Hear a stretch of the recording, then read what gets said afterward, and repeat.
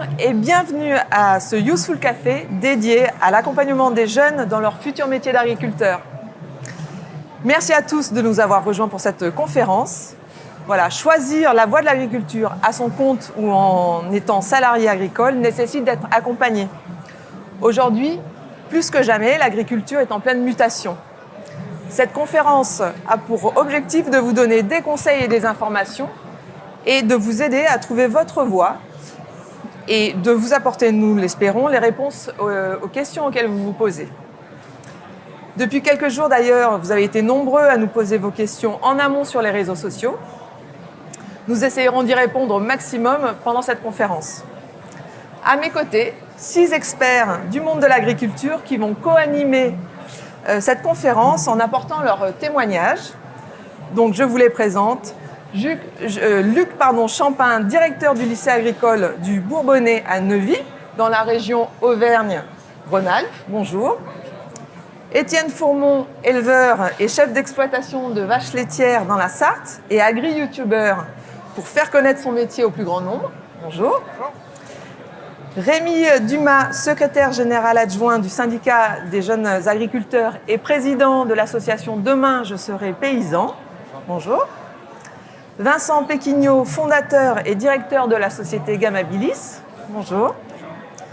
Et Pascal Lavore, dirigeant de la société Go for IoT, start-up hébergée au village Baïséa à Aquitaine. Bonjour.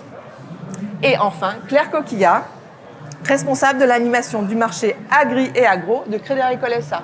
Bonjour. Donc avant de rentrer dans le vif du sujet, Claire, pouvez-vous nous dire en quelques mots ce qu'est Useful et ce que sont les Useful Cafés ?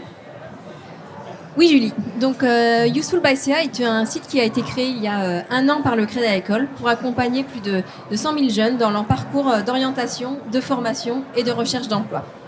Pour les jeunes, Useful permet de trouver des informations, des conseils, mais aussi de trouver des offres de stage, d'alternance et d'emploi. Les jeunes peuvent également participer à des événements physiques en région ou en online, avec notamment les Useful Cafés et les Useful Job Dating. Pour les professionnels, les agriculteurs et les entreprises, Useful permet gratuitement et sans publicité de poster des offres d'emploi, de stage ou d'alternance et de rencontrer via une messagerie privée, d'échanger directement avec les jeunes sur leurs problématiques de recherche d'emploi et d'orientation. Les Useful Cafés que tu as cités, Julie, sont des lieux d'échange où les jeunes peuvent participer en région pour échanger et obtenir des conseils d'experts sur toutes leurs problématiques d'orientation et de formation, comme par exemple pour challenger leur CV, faire des photos ou discuter avec des experts des métiers. Et d'ailleurs, c'est une première déclinaison qu'on fait du Useful Café ici, au salon. Alors, la première étape quand on décide de devenir agriculteur, c'est bien sûr de se former. Donc ma première question est pour vous, Luc. Puisque vous êtes directeur du lycée agricole du Bourbonnais, quelle formation ou cursus faut-il suivre pour être agriculteur ? Je crois qu'il n'y a pas de parcours standard, hein. Donc on a plusieurs possibilités, soit partir sur des filières professionnelles, notamment des bacs pro. Et l'enseignement agricole propose pas mal de bacs pro, notamment un bac pro qu'on appelle CGEA, donc conduite et gestion d'exploitation agricole, mais aussi des bacs technologiques, STAV, sciences et technologies de l'agronomie et du vivant. Et ensuite, pour parfois s'installer ou aussi poursuivre ses études, notamment sur des BTS, brevet de technicien supérieur agricole, dans différentes filières, hein, que ce soit la production animale, production végétale, gestion de compta. On a toute une offre dans ces différentes filières qui permettent de ensuite pouvoir s'installer en agriculture ou travailler dans le secteur et la filière agricole. Et on a des parcours plus longs, on peut aller sur notamment des prépas, des classes, des écoles d'ingénieurs, ingénieurs agro, qui sont un cursus un peu plus long, mais qui sont aussi une voie de formation pour devenir agriculteur ou travailler dans la filière agricole. Ceci en scolaire, mais aussi en apprentissage. Et je crois sans oublier ce qu'on peut appeler la formation adulte, voire la reconversion, hein, c'est-à-dire des adultes qui ont déjà un parcours de vie mais qui veulent se reconvertir dans l'agriculture. Et on a des formations qu'on appelle des brevets professionnels, responsables d'exploitation agricole, qui sont organisés en modules et puis avec des modules très différenciés et très adaptés aux futurs projets de la personne et son projet d'installation ou de vie dans la filière agricole. Donc, pas un parcours standard, mais plein de possibilités dans les parcours pour la formation. Très bien. Qu'apprend-on en lycée agricole? Quelles sont les principales matières abordées dans ce parcours de formation? Je crois qu'on apprend plein de choses dans les lycées agricoles, hein, que ce soit sur l'aspect technique, sur la production animale, le végétal, l'aspect vraiment technique, mais aussi l'aspect économique, qui est très important après pour les futurs agriculteurs. Hein, c'est quand même une clé de l'installation agricole. Mais aussi l'aspect agro-environnemental. On aborde un peu tous les sujets techniques dans les modules professionnels, modules de gestion qui sont très importants, et aussi des modules généraux pour que l'agriculteur soit prêt à communiquer aussi avec son environnement, ses partenaires, travailler sereinement dans ce futur métier. Donc c'est à peu près l'orientation de ces diplômes, donc modules généraux, modules professionnels, et aussi des modules d'adaptation qui sont spécifiques à certains lycées, qu'on peut aborder, des options, etc. Donc un parcours qui peut être très diversifié, donc on apprend plein de choses. Et ce que je souhaiterais ajouter, c'est pas uniquement la filière sensu stricto agricole, mais on a de la filière agroalimentaire, la filière gestion des espèces naturelles, on aborde aussi le service à la personne qui en milieu rural est très important, l'agroéquipement qui est de plus en plus technique et où les métiers vont vers l'innovation numérique dans la gestion des tracteurs, hein, puisqu'il y a des programmations assez démoniaques sur la gestion des tracteurs.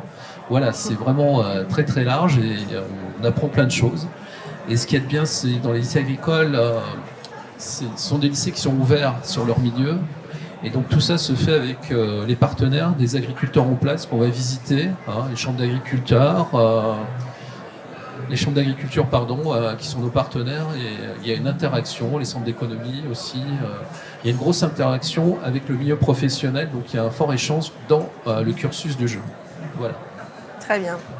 Est-ce qu'il y a des aptitudes spécifiques à avoir quand on est agriculteur, les fameux soft skills, donc c'est savoir-être, voilà. Oui, je crois que c'est important. Dans l'évolution, il faut travailler en collectif. Hein. C'est très très important sur le travail en collectif. Aussi d'aller vers des notions de manager, puisque sont des chefs d'entreprise, hein, donc on aborde tous les sujets. Donc c'est forcément très important ces compétences là-dessus, et les développer, mais on commence à les travailler dès l'école et ensuite on passe le relais à tous les professionnels dans le parcours d'installation pour les jeunes agriculteurs ou les moins jeunes aussi. Ouais. Alors, on entend souvent dire que pour être agriculteur et avoir sa propre exploitation, il faut être issu d'une famille d'agriculteurs. C'est vrai ça ? Non, non, parce que pas forcément. On voit de plus en plus d'installations, ce qu'on appelle hors cadre familial, c'est-à-dire que c'est pas le jeune qui est fils d'agriculteur ou la fille qui est fille de l'agriculteur et qui reprend la ferme ou qui complète la ferme dans une structure associative, mais il y a de plus en plus de jeunes qui deviennent associés sur une structure de société agricole, hein, quel que soit le type de société, et qui sont pas forcément issus du milieu agricole. Voilà. Et c'est pour ça aussi que dans l'enseignement agricole, on propose, je ne l'ai pas dit tout à l'heure, dans le cursus de formation, il y a des stages en milieu professionnel qui sont importants. Ça permet aux jeunes de découvrir vraiment les exploitations et de travailler avec les agriculteurs sur la technique, économique, et puis aussi travailler tout ce qui est relations humaines et le travail en collaboratif. Merci Luc pour ce premier éclairage. Je vous propose de compléter avec le témoignage d'Étienne, agri-youtubeur. Étienne, bonjour. Vous qui êtes éleveur donc, de vaches laitières et chef d'entreprise depuis 16 ans maintenant, pouvez-vous nous dire quel a été votre parcours avant d'avoir votre propre exploitation ? Eh ben moi j'ai un parcours agricole relativement classique, puisque je me suis, après mon collège, j'ai fait le lycée agricole du Mans, et donc un BEPA, 2 ans de BEPA, 2 ans de bac pro. CGEA, conduite et gestion d'une exploitation agricole. Ensuite, j'ai fait mon BTS production animale à Angers, enfin ferme laiterie notière et ESA d'Angers aussi. Voilà. Et puis après, comme j'aime bien voyager, j'ai fait, c'était entre guillemets, c'était obligatoire à l'époque, mais ça n'existe plus aujourd'hui, le stage 6 mois, ce qu'on appelait le stage 6 mois, qui était obligatoire pour pouvoir s'installer. Et j'ai eu la chance, je voulais voyager un petit peu, je voulais voir ce qui se passait à l'extérieur. Et j'ai fait un stage de 6 mois en Nouvelle-Zélande, dans une ferme laitière en Nouvelle-Zélande. Donc 1000 vaches laitières, 300, 400 hectares, ouais, à peu près 400 hectares de pâture. Donc absolument rien à voir avec ce que nous, on fait aujourd'hui en France. Ouais. Mais hyper enrichissant dans le sens où relations humaines, gestion de troupeaux évidemment aussi. Mais voilà, mon parcours était un parcours d'école classique et un petit stage à l'étranger. Mais justement, ton stage à l'étranger, quels sont les compléments, en fait, dans les enseignements complémentaires que tu as pu apprendre par rapport à... Alors j'ai appris l'anglais déjà, ce qui est déjà un miracle. J'ai appris l'anglais et puis surtout c'est les manières de faire différentes. Ouais, une manière de faire différente, puis surtout des relations. Voilà, je suis devenu beaucoup plus mature après mon voyage en Nouvelle-Zélande que j'étais avant. J'ai gagné en maturité et puis surtout en échange avec les autres, parce que quand on échange avec son voisin ou avec ses collègues, bon, c'est entre guillemets facile, mais échanger avec des agriculteurs d'autres pays, ça n'a rien à voir et je trouve qu'on gagne beaucoup en maturité et puis surtout ça nous ouvre l'esprit, quoi. Et je pense que c'est peut-être un petit peu ça des fois qu'on a du mal en agriculture, c'est qu'on fait nos études, on s'installe directement après, on est peut-être un petit peu renfermé sur notre métier et là ça a été une ouverture d'esprit incroyable. Très bien. On a l'impression qu'être agriculteur aussi aujourd'hui, c'est faire plein de métiers différents et on l'a déjà vu un petit peu avec Luc, mais comme chef d'entreprise, manager, comptable, mécanicien. Je crois que récemment, vous avez eu un petit problème. Ouais. Voilà. Veto, commercial, communicant. C'est vraiment votre vie, tout ça ? Alors oui, c'est vraiment ma vie, tout ça. Mais je pense que tous les agriculteurs le diront, hein. Une fois que vous êtes installés, vous touchez à tout. Donc c'est vrai qu'on touche à plein de domaines, comme tu l'as expliqué, qui vont du plombier au vétérinaire, quoi. Donc c'est très large. Peut-être que il y a certains aspects. Alors moi, quand j'étais à l'école, c'était début des années 2000, hein, ça remonte un petit peu. C'est vrai que tout ce qui était ce qu'on connaît aujourd'hui et que j'avais pas quand je me suis installé, c'était gestion de marché, communication, relations humaines, toutes ces choses-là, on n'a jamais appris ça à l'école. Moi, quand j'étais en lycée agricole, peut-être qu'aujourd'hui c'est un petit peu différent, mais c'est vrai que ça on ne l'apprenait pas et c'est peut-être un petit peu le regret que j'ai aujourd'hui, c'est qu'on a certaines choses qu'on n'avait pas anticipées quand j'étais étudiant, quoi. Après, c'est vrai que de toute façon, vous allez tous, pour ceux qui vont s'installer un jour, vous allez voir, c'est une richesse incroyable et le fait de toucher à tellement de métiers, déjà c'est passionnant et puis c'est hyper enrichissant. Et puis moi j'adore ça, je pourrais pas faire que, entre guillemets, comme on dit, au cul des vaches, je pourrais pas faire ça à longueur de journée, j'adore ça, hein. Mais faire aussi un peu d'administratif, faire un peu de communication évidemment, avec YouTube, Instagram et Twitter et tout ça, et puis partager mon métier et toucher à tout, quoi. Ça c'est génial. Peut-être une dernière question, Étienne, quel conseil donneriez-vous à des jeunes qui veulent devenir agriculteurs ? D'aller voir ailleurs. Voilà. Je pense que c'est le principal conseil que je donnerais. Évidemment, ayez votre examen, hein, évidemment. Mais surtout, une fois que vous avez votre examen, avant de vous installer, si vous êtes agriculteur, travaillez ailleurs. Travaillez dans les organismes. On l'a dit tout à l'heure, il y a plein d'organismes agricoles qui, de mécanos, contrôle laitier, des silos, de coopératives, grains, tout ça. Enfin, vraiment travailler à côté. Essayez de vous former, si possible, à l'étranger aussi, si vous avez l'occasion de partir à l'étranger. Alors, souvent l'anglais, c'est une grosse barrière, l'anglais, pour aller travailler à l'étranger. Pas du tout. Je peux vous assurer qu'une fois que vous êtes dans un pays qui parle anglais, vous parlez anglais au bout de 6 mois sans aucun problème. Enfin, même 2-3 mois. Donc voilà, allez voir à l'extérieur, ouvrez-vous sur d'autres façons de travailler, d'autres façons de réfléchir, de communiquer. Mais vraiment, c'est ça que je dirais, vraiment, allez voir ailleurs. Merci Étienne. Alors justement, en parlant de conseils, Rémi, parlez-nous de l'association Demain je serai paysan, dont vous êtes président. Quel est le rôle de cette association ? Mais le rôle de cette association, c'est d'aller promouvoir nos métiers. Parce qu'aujourd'hui, on a parlé comment faire ses études agricoles, comment devenir agriculteur. Mais lorsqu'on n'est pas issu du milieu agricole, il faut d'abord connaître nos métiers. Donc, on a décidé de créer une association sous l'impulsion des jeunes agriculteurs. Donc, l'association a été créée en 2021. Et comme nous pensons que ce sont des métiers d'avenir, porteurs de sens, il était important pour nous aussi d'aller chercher plus de monde que ceux du milieu rural, etc. Donc, le but de l'association, c'est de faire la promotion des métiers de l'agriculture et de l'alimentation. Pour ça, comment le faire ? Le but, c'est de se mettre tous ensemble. Donc aujourd'hui, l'ambition de l'association, c'est de rassembler l'ensemble des filières, l'ensemble des acteurs du monde agricole pour parler d'une seule voix sur la promotion des métiers. Plutôt que chaque filière ou chaque personne aille faire de son côté cette promotion-là, en fait, on n'a qu'un but. On ne va pas promouvoir de dire plantez de la vigne en tant que viticulteur, je vais vous dire ça. Étienne vous dira faites tes vaches. Non, le but déjà, c'est d'aller présenter ces métiers-là parce qu'ils ne sont pas connus. Dans les parcours scolaires, on ne parle pas des métiers d'agriculture. Aujourd'hui, au collège, dans les forums des métiers, il va y avoir un pompier, un gendarme, l'artisan du coin, mais il n'y aura jamais d'agriculteur ou très rarement. Donc, constat est fait qu'il faut qu'on parle de nos métiers pour qu'ils soient connus et qu'on puisse attirer des jeunes qui s'installent dans notre métier. Dans les 5 ans à venir, 45% des agriculteurs seront en âge de partir à la retraite. C'est une réalité. Donc aujourd'hui, si on ne va pas chercher aussi ces publics nouveaux, on n'aura pas assez de personnes déjà au sein des rangs agricoles pour renouveler les générations. Donc vraiment, c'est d'être tous ensemble, parler d'une seule voix, créer une boîte à outils commune, donc avec des outils plus performants et des outils communs pour aller faire cette promotion des métiers.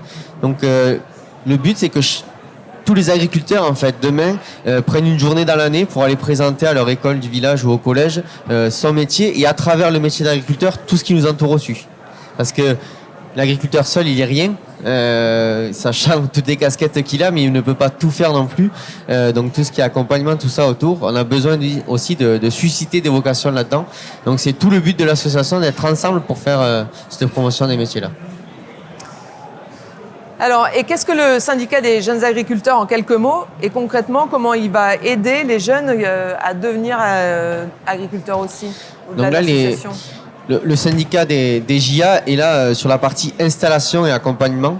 Deuxième temps. Voilà, dans un deuxième temps, une fois qu'on aura suscité ces vocations-là, le but c'est d'aller peut-être chez les JA. Pourquoi ? Pour faire un collectif aussi. On parle jeunes, on parle tous pareil. Les échanges au sein des mêmes agriculteurs. Le but d'aller parler à son voisin qu'on ne connaît pas forcément. Et puis créer aussi peut-être des projets en commun, etc. Et puis bien sûr, en tant que syndicat, c'est la défense de notre métier. Qui est très important aujourd'hui, la communication, mais je pense que c'est toute la partie échange et puis les JA sont là pour l'installation. Donc nous on défend vraiment l'installation, la transmission, la formation. Donc aujourd'hui on impulse aussi à travers notre syndicat les politiques à l'installation et notre événement phare, notre objet phare, c'est la dotation jeune agriculteur, donc c'est l'installation aidée. Et pourquoi on la défend ? Parce qu'aujourd'hui, on se rend compte que 99% des gens qui s'installent avec la dotation jeune agriculteur sont toujours agriculteurs 5 ans après. D'accord. Pourquoi ? Parce que c'est un réel dispositif qui est là pour accompagner les jeunes à travers forcément une petite somme d'argent ou une plus grosse somme d'argent. Mais en tout cas, c'est tout l'accompagnement humain qui est autant important que cet accompagnement financier. Donc à travers par exemple les stages 21 heures ou le plan de professionnalisation personnelle, c'est avoir aussi connaissance de toutes les OPA qui nous entourent et puis de dire peut-être tu as besoin des formations de ce côté-là pour être plus performant et puis de dire être chef d'exploitation, avoir une entreprise aujourd'hui agricole, ça se fait pas du jour au lendemain. Et puis il faut le réfléchir, comment aujourd'hui on s'engage sur 4 ans au niveau de la DJA et ces 4 ans-là on va les créer dès le départ, c'est-à-dire qu'on va essayer de faire au maximum, sachant que l'agriculture ça varie tout le temps en fonction des aléas climatiques, tout ça, mais d'être au plus juste, de dire dans les 4 ans à venir, qu'est-ce que je vais faire ? Comment je vais anticiper peut-être certaines charges, quels investissements il va me falloir faire. Donc c'est tout cet accompagnement qui fait que l'agriculteur n'est pas tout seul lors de son installation et il va pouvoir avoir une installation viable, vivable aussi, parce que c'est important aujourd'hui. L'agriculture d'avant, c'est pas celle d'aujourd'hui. Et moi j'ai 30 ans et je vis comme un jeune de 30 ans malgré que je sois agriculteur ces contraintes, il faut pas les oublier. Mais on a quand même besoin aussi de temps libre, de partir en vacances, d'avoir une famille, de pas être la tête baissée dans son exploitation, parce qu'aujourd'hui c'est pas le but. Voilà, notre métier a évolué, on a beaucoup de nouvelles technologies, on le verra sûrement après, la mécanisation, tout ça. Il en faut pas trop. Il faut quand même savoir rester terre à terre et au contact de nos cultures et de nos animaux. Mais c'est une aide grandement importante pour aussi un peu diminuer la pénibilité et avoir un métier presque comme tout le monde. Sauf que nous, quand même, on a besoin de nous 3 fois par jour pour se nourrir. Et c'est tout le sens de notre métier. Et j'y apporte toutes ces valeurs-là et qui sont importantes de défendre. Ouais, je voulais juste rajouter un petit truc par rapport aux JA, parce que je suis passé par les JA aussi. Et j'ai envie de dire que les JA, c'est comme les lycées agricoles, quoi. C'est ensuite, c'est différent. C'est vraiment une école de formation aussi, quoi. Enfin, moi, quand j'étais chez JA, déjà, j'ai rencontré plein de jeunes de toute la France, d'autres agriculteurs de toute la France. Et vraiment, en termes de savoir échanger avec nos partenaires commerciaux, plutôt, on va dire. Moi, ça m'a beaucoup appris chez les JA, parce que voilà, j'ai pu discuter avec les entreprises qui achetaient notre lait, négocier les prix, ces choses-là. Et c'est encore une autre facette du métier qu'on n'apprend peut-être pas au lycée. C'est vendre notre production. Et les JA, ça m'a appris ça. Super. Et du coup, comment continuez-vous avec le syndicat des JA à accompagner les jeunes agriculteurs au quotidien une fois qu'ils sont installés ? Parce qu'il y a ces fameux 5 ans là qui sont peut-être un peu donc il y a la partie dotation jeunes agriculteurs où c'est sur 4 ans sans plan d'entreprise, mais les JA on peut y adhérer, être sympathisant à vie, j'ai envie de dire, mais adhérent plutôt jusqu'à 40 ans et tout l'accompagnement, je pense que la réponse a été en partie faite. C'est toute cette partie. Désolé. Non, mais non. Non, mais c'est important que ce soit pas que les JA qui parlent de JA, parce que ça prouve que quand même ça reste aussi. Et c'est tout ça, JA, c'est d'être ensemble, de faire un collectif aussi. Et en tant que jeunes, on a les mêmes problématiques, et donc d'échanger là-dessus, de monter en compétences. Et c'est tout là. On est certifié organisme de formation chez Jeunes Agriculteurs. D'accord. Et c'est plus sur la montée en compétences aussi, sur comment parler en public, comment présenter son métier à travers notre organisme. On va faire aussi cette formation-là, c'est-à-dire que si quelqu'un est intéressé pour aller parler de son métier, on va pouvoir le former et adapter son discours en fonction aussi du public que l'on a en face. On va pas parler pareil d'une école primaire qu'à quelqu'un en reconversion. Et c'est de savoir adapter aussi son discours. Et voilà tout l'intérêt de JA, ce collectif-là, de parler d'une seule voix et de dire quelle agriculture on veut demain. Et dès aujourd'hui, parce que on a besoin de défendre aussi ce qu'on fait. Comme je vous disais tout à l'heure, on est des agriculteurs connectés aussi à notre temps. Donc autant sur l'évolution de notre métier que sur l'environnement qui nous entoure, la biodiversité, l'agroécologie, etc. On en est conscient, on le porte. Ce qu'on porte par contre aussi, c'est la réalité du terrain, la réalité de notre métier. Et quand on dit qu'on a besoin de temps, on essaye d'aller vite parce qu'on est jeune et qu'on a envie d'être dynamique et d'aller vers l'avenir. Mais on peut pas aller plus vite que la musique. Et voilà, il y a le temps politique, il y a le temps pragmatique et réel. Et ça, c'est tout l'intérêt aussi d'avoir un syndicat fort avec des adhérents qui sont notre base et surtout qui sont le cœur même de notre syndicat. C'est à travers nos adhérents qu'on arrive à avoir cette force-là. Ces remontées de terrain-là aussi avec les problématiques des jeunes qui peuvent nous remonter. Et nous, derrière, on peut aller dire aussi, on a ce poids-là de dire, on vient discuter avec nos politiques et qu'est-ce qu'on fait pour arranger ces problèmes-là. Parce qu'on peut pas laisser quelqu'un de côté. On peut pas laisser quelqu'un en détresse, et encore plus quand il est dans cette phase d'installation où il y a peut-être pas les financements pour passer tous ces caps-là. Le syndicat est là pour accompagner ces jeunes-là et de dire on va pas te laisser de côté, on va trouver des solutions avec aussi nos connaissances. Et c'est pour ça qu'on a des élus à chaque échelon du canton pour régler les problèmes qui sont compte. Vraiment territoriaux, départements, régions, et puis nous nationalement où on arrive à avoir des portes d'entrée un peu plus hautes, de dire attendez, on peut pas laisser ces personnes-là de côté, on a des problèmes, il faut trouver des solutions ensemble, et c'est tout le but de notre syndicat tout au long de la vie de nos adhérents. Super, merci Rémi. Alors on a vu avec ces témoignages comment se former dans les études, mais aussi sur le terrain.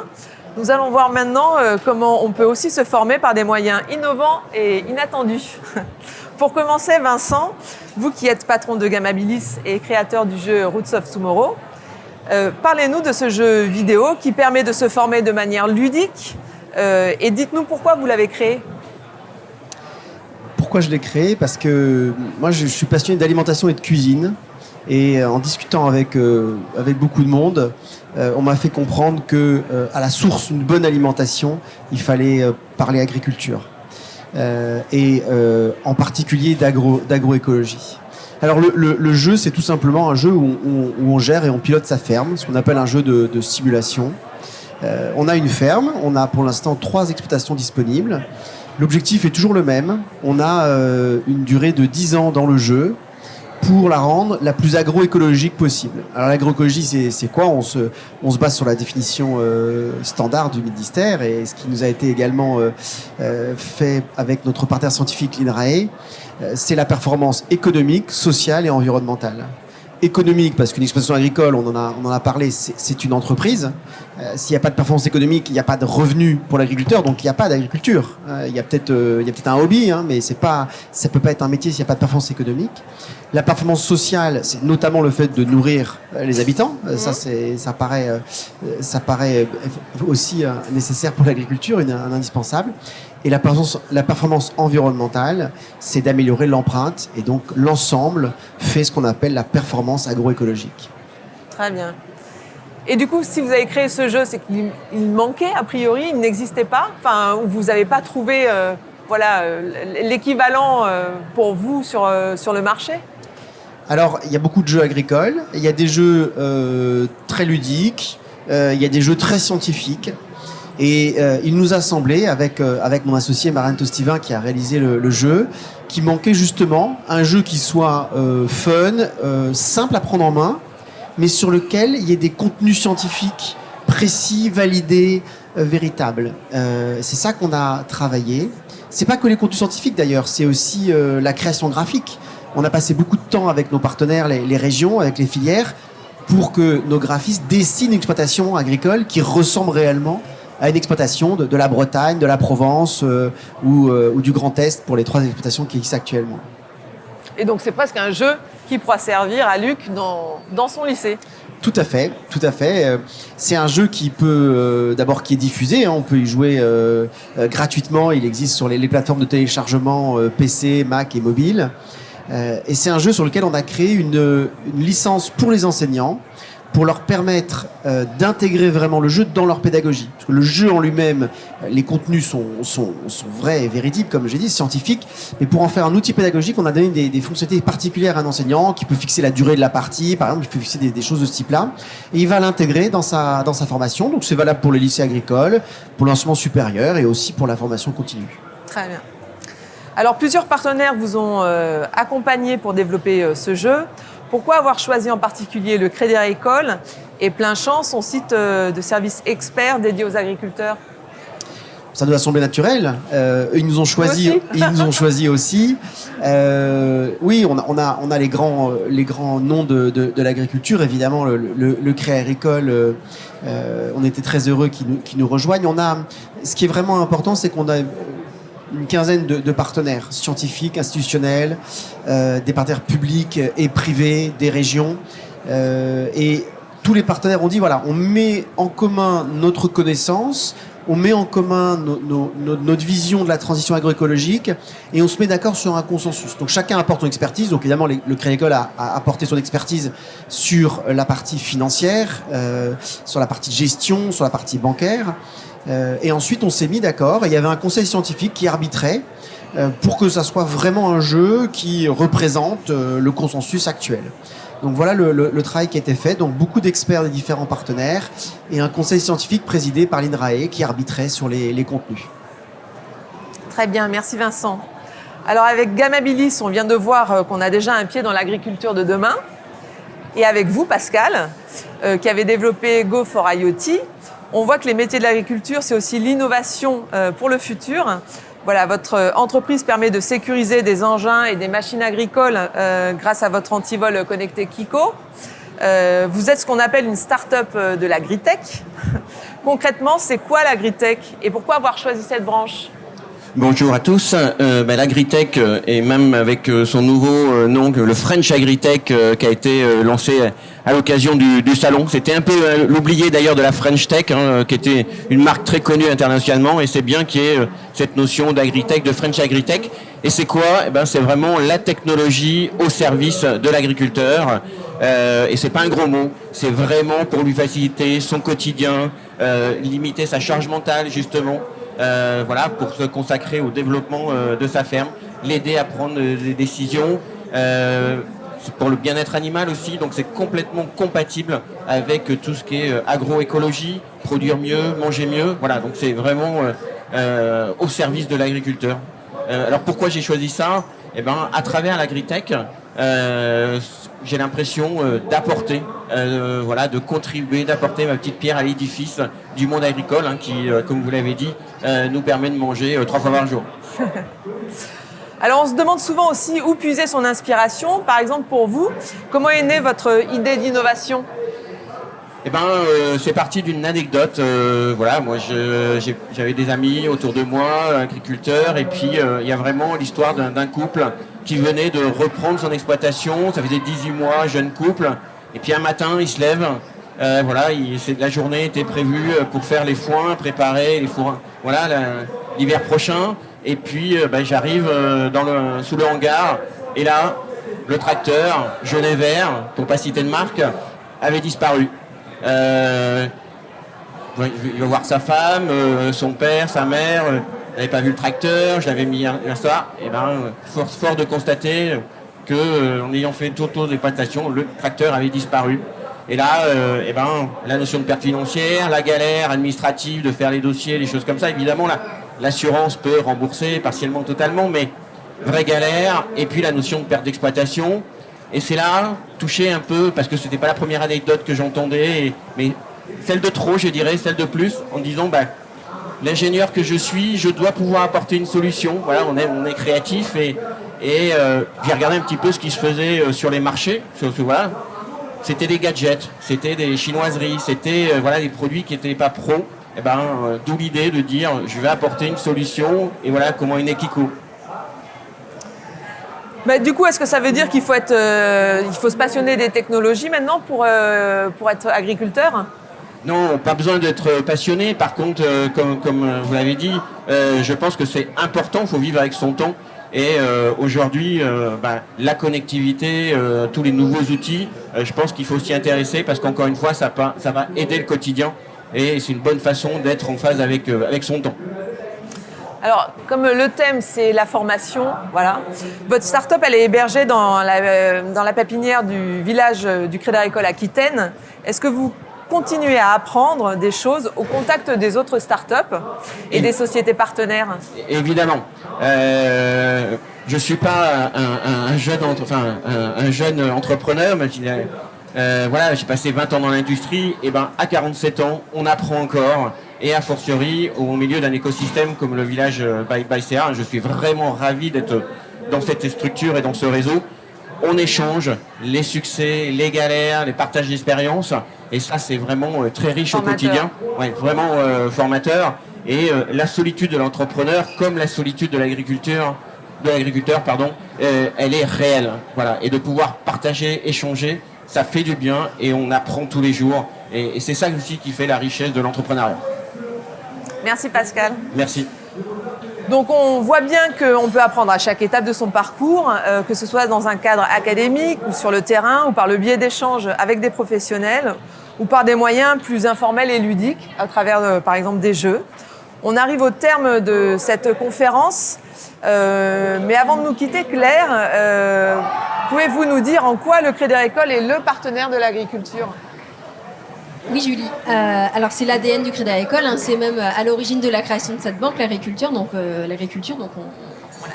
on souhaite effectivement accompagner et soutenir tous les jeunes qui veulent découvrir ou travailler dans ces filières très enrichissantes et porteuses de sens. Donc, on soutient cette découverte, notamment via Useful, mais également en soutenant, en étant partenaire de l'enseignement agricole. On peut citer par exemple le fait que le Crédit Agricole est partenaire des épreuves du concours général agricole pour accompagner les professionnels de l'élevage, dont les filiales ont lieu actuellement au salon. Donc c'est plus de 100 jeunes qui sont venus cette année pour présenter leurs travaux. Et enfin, comme on l'a vu avec Vincent, on soutient également cette découverte du monde agricole via des initiatives plus originales avec le jeu Roots of Tomorrow qui permet de sensibiliser les jeunes à l'agroécologie, aux transitions et à la gestion d'une exploitation. En quelques mots et en quelques chiffres, le Crédit Agricole, pour rappel, c'est donc accompagne et soutient plus de 8 agriculteurs sur 10 et installe plus de 3 jeunes sur 4 qui veulent découvrir le monde agricole. On est le deuxième assureur de l'agriculture avec plus de 60 000 exploitations assurées. Et il y a plus de 2000 conseillers agricoles qui, tous les jours sur le terrain, accompagnent au quotidien les agriculteurs dans leurs problématiques de gestion bancaire et assurance. Nous avons également lancé une démarche dédiée à l'installation, puisque c'est le sujet du jour, qui s'ouvre à tous les publics, qu'on soit dans un parcours aidé ou non aidé, quel que soit son profil, qu'on soit en reconversion professionnelle et quels que soient les projets professionnels des agriculteurs. Et enfin, Pascal l'a cité, nous avons un réseau au travers de notre réseau de 40 villages BASCA. Nous accompagnons effectivement l'écosystème d'innovation en agriculture avec plus de 128 startups dans la French Agritech et plus de 144 dans la Foodtech. Et enfin, en conclusion, donc, le Crédit Agricole est là pour accompagner et soutenir tous les jeunes et moins jeunes évidemment qui veulent se lancer dans ce métier passionnant et porteur de sens. Merci Claire. Donc il nous reste en fait quelques minutes pour prendre des questions. Donc si quelqu'un dans le public veut poser une question à nos intervenants, n'hésitez pas. Et sinon, je vais aussi vous poser les questions qu'on a récupérées sur les réseaux sociaux. Je ne sais pas si quelqu'un dans le public a des questions. Non? Alors, je sors ma petite fiche, la deuxième, celle des questions. C'est pas question pour un champion, rassurez-vous. Donc j'ai entendu dire, première question, j'ai entendu dire que le métier d'agriculture est dur, mais est-ce qu'on peut tout de même se prévoir du temps de loisirs et de vacances quand on pratique l'agriculture? Vas-y, je commence. Oui, on peut se prendre des vacances, on peut sortir heureusement, je pense. Peut-être c'était moins vrai il y a 20 ou 30 ans, mais aujourd'hui, je pense que tous les jeunes qui sont installés, enfin tous ceux qui sont installés, arrivent à partir en vacances ou à prendre des week-ends pour trouver du temps pour s'aérer un peu la tête. On a la chance aussi d'avoir un service dédié à ça s'appelle le service de remplacement. Et aujourd'hui, on peut nous mettre un agent à disposition lorsqu'on part en vacances. Donc avec des avantages aussi de pouvoir avoir cette personne-là, se donner aussi du temps, c'est important. Et on a des services qui existent comme le service de remplacement. D'accord. Une deuxième question qui est assez proche, mais peut-on réellement concilier vie pro et vie perso quand on est agriculteur? Donc peut-être plus côté famille, parce que on sait qu'il y a c'est une passion l'agriculture, donc ça prend beaucoup de temps. Ouais, ça prend beaucoup de temps. Après, je suis marié, j'ai 2 enfants, j'ai 2 petits garçons, donc 2 petits 8 et 12 ans. Donc non, je pense que on arrive très très bien à concilier. Faut trouver un équilibre. C'est vrai qu'on a tendance à trop se focaliser sur le travail et peut-être des fois on oublie un petit peu la vie à côté. Mais non, faut. Moi j'y arrive. Donc on peut avoir une vie de famille. Très bien. Une autre question, donc je voudrais me réorienter vers l'agriculture car j'en ai assez de faire ce que je fais. Est-ce que je dois forcément aller à l'école pour me former ou est-ce qu'il est possible d'apprendre sur le tas avec des collègues agriculteurs? Peut-être Luc et Rémi. Peut-être nous montrer quand même l'importance que c'est un métier. C'est un métier et c'est des métiers dans notre métier. Donc aujourd'hui, c'est indispensable de se former et c'est vraiment ce qu'on prône nous chez Jeunes Agriculteurs. C'est qu'on ne peut pas arriver dans le milieu agricole comme ça en disant je vais être agriculteur. On peut se le dire, mais par contre il y a des étapes aussi à faire et la première étape c'est de se former. Et on voit il y a des formations agricoles, là, on va revenir là-dessus. Oui, tout à fait. Donc, on en a parlé tout à l'heure. C'est toute la formation adulte qu'on développe dans les lycées agricoles, ce qu'on peut appeler reconversion professionnelle, et qui est ouvert à tous les adultes, on va dire 18 ans à 55 ou plus. C'est pas fermé. Bon, après, on n'aura pas les aides des JA, forcément. Mais il y a tout un panel de formations autour d'un brevet professionnel responsable d'exploitation agricole, avec plein de modules différents en fonction des productions qu'on choisit. Et c'est un temps important pour se former. Et comme les autres formations initiale et apprentissage, c'est en lien avec les agriculteurs, puisqu'on va visiter des agriculteurs, il y a des échanges avec les centres d'économie aussi pour voir travailler sur le projet, voir s'il est viable et quel salaire, quel revenu on va pouvoir en tirer, parce que ça c'est important aussi pour un agriculteur et quelle vie sociale je vais avoir derrière. Mais il y a des formations pour adultes qui se développent de plus en plus et qui sont aussi, pas forcément en présentiel, mais aussi en formation ouverte à distance, où ces adultes se forment à distance, viennent une semaine, quelques jours dans le lycée faire un travail pratique, une animation, une visite. Donc on développe pas mal aussi la formation à distance pour ce type de public. Merci. Alors une autre question, j'adore les animaux, est-ce un bon début pour devenir agriculteur, mais est-ce que c'est pas trop dur de les voir partir à l'abattoir le moment venu? Oh, ça c'est peut-être pour toi. Ouais, alors oui. Oui, évidemment, c'est un petit pincement au cœur quand les animaux partent à l'abattoir. Après, dès que les animaux naissent sur la ferme, on sait comment ça finit de toute façon. Donc, moi perso, je sais comment ça va finir. Donc, je m'y suis fait. Et aujourd'hui, non, il n'y a pas de. Bon, ça dépend des animaux, mais non, il n'y a pas de. Je le vis bien. J'arrive à le vivre. Donc, il n'y a pas de souci de ce côté-là. Et l'agriculture, c'est fait pour nourrir. Et de toute façon, c'est fait pour nourrir. Donc, et puis c'est un cycle, hein, une ferme laitière. Enfin, moi, dans mon cas, une ferme laitière. Il y a des animaux qui naissent, il y en a qui partent. C'est un cycle. Donc, forcément, il faut qu'il y en ait qui partent. Et comme on est là pour nourrir les gens, voilà, ça finit toujours à l'abattoir. Alors, on a un peu répondu à cette question, mais voilà. Est-ce que l'agriculture est un métier d'avenir avec tout ce qu'on entend? Bien entendu. Bien entendu, voilà, on mangera toujours tout au long de notre vie, donc c'est pour ça qu'on a besoin des agriculteurs. Et encore une fois, on a besoin de l'ensemble des modèles agricoles aussi. Il ne faut pas se focaliser dans l'avenir, de dire on va avoir un modèle agricole voilà, d'une certaine façon. Ça, c'est un brave rêve. Non, on a besoin de tout le monde. Et c'est tout l'intérêt aussi, à travers l'association Demain je serai paysan, c'est de parler du métier en priorité, de dire que ces métiers-là existent. Après, derrière, voilà, nous, ce qui est important dans l'installation, c'est que ce soit viable, vivable et transmissible. Pourquoi ces trois? Viable parce qu'il y a une terme d'économie. Agriculteur, c'est un métier de passion, mais on ne peut pas vivre d'amour et d'eau fraîche. Donc il y a une réelle importance économique dans nos installations. Viable parce que on est des gens comme tout le monde, on est un humain avant tout, donc on a besoin de ces temps libres, etc.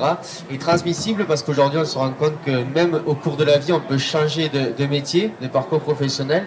Donc voilà, les carrières agricoles du début à la fin, c'est peut-être pas l'avenir. Il y a des gens qui font un passage aussi dans notre métier, donc il faut qu'à tout moment l'exploitation qui a été créée puisse être transmise à quelqu'un d'autre. Et c'est donc ce triptyque-là qui est important dans notre avenir.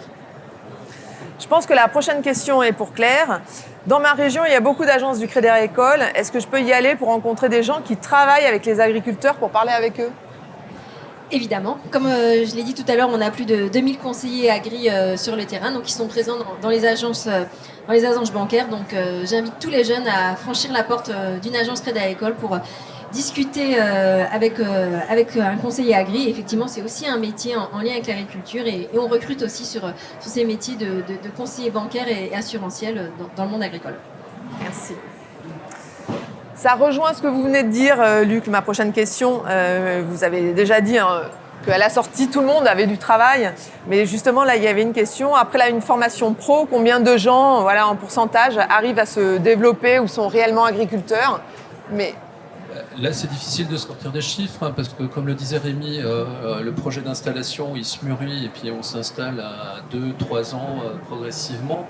Donc, pour sortir des chiffres, il y a tout l'accompagnement qui est fait, parce que l'école, c'est une première étape. Et ensuite, comme le disait Rémi, il y a tout l'accompagnement du projet d'installation agricole qui se travaille avec les JA, avec les chambres d'agriculture, avec les banques. Et tout cet accompagnement permet à terme, on va dire au bout de 3 ans, ils s'installent, on va dire, par ceux qui ont déjà un projet bien avancé en sortie d'école, ils sont presque installés à 6 mois après. Mais il faut bien quelques années pour que le projet soit mis en place. Mais pour avoir un pourcentage, c'est assez difficile. En tout Mais cas, ce que je vous disais tout à l'heure, ouais. c'est qu'on n'est pas obligé d'être agriculteur pour travailler dans la filière agricole. Pour un agriculteur, il y a 10 personnes qui travaillent autour, en amont et en aval. Et donc, c'est vraiment, il y a du boulot. Il y a vraiment du boulot. Je suis un bon exemple. Effectivement, tout l'environnement, tout l'écosystème autour de l'agriculture est très très important. Donc voilà, faut pas hésiter quoi. Donc on vient de répondre à la prochaine question. Donc je passe directement à celle d'après, qui est plus pour vous, Étienne. Combien de temps ça vous prend de faire toutes les vidéos sur les réseaux sociaux? Ah oui, alors c'est bonne question. Déjà, je pense qu'il faut expliquer que ça me prend beaucoup de temps, mais c'est un temps que je veux donner aussi, voilà. Et parce que j'ai toujours adoré montrer mon métier, et l'expliquer, et voilà, et le partager à un maximum de gens. Donc ne prenez pas le temps que j'y passe pour ne faites pas pareil, hein, je pense, parce que voilà, je passe à peu près 3 heures par jour. 3 heures par jour à expliquer sur les réseaux mon métier. Quand je dis 3 heures par jour, je compte aussi les heures où je vais filmer ce que je suis en train de faire et le montage. Après le montage vidéo, c'est pour une vidéo de 5 à 10 minutes, faut compter, moi qui suis très pointilleux dans le montage, faut compter 5 heures, 5-6 heures de montage quoi. D'accord. Donc voilà, donc c'est presque un autre métier, c'est hyper enrichissant. Moi j'adore vraiment, c'est hyper enrichissant, mais je pense que l'important c'est que c'est pas que tout le monde passe 3 heures par jour à montrer son métier quoi.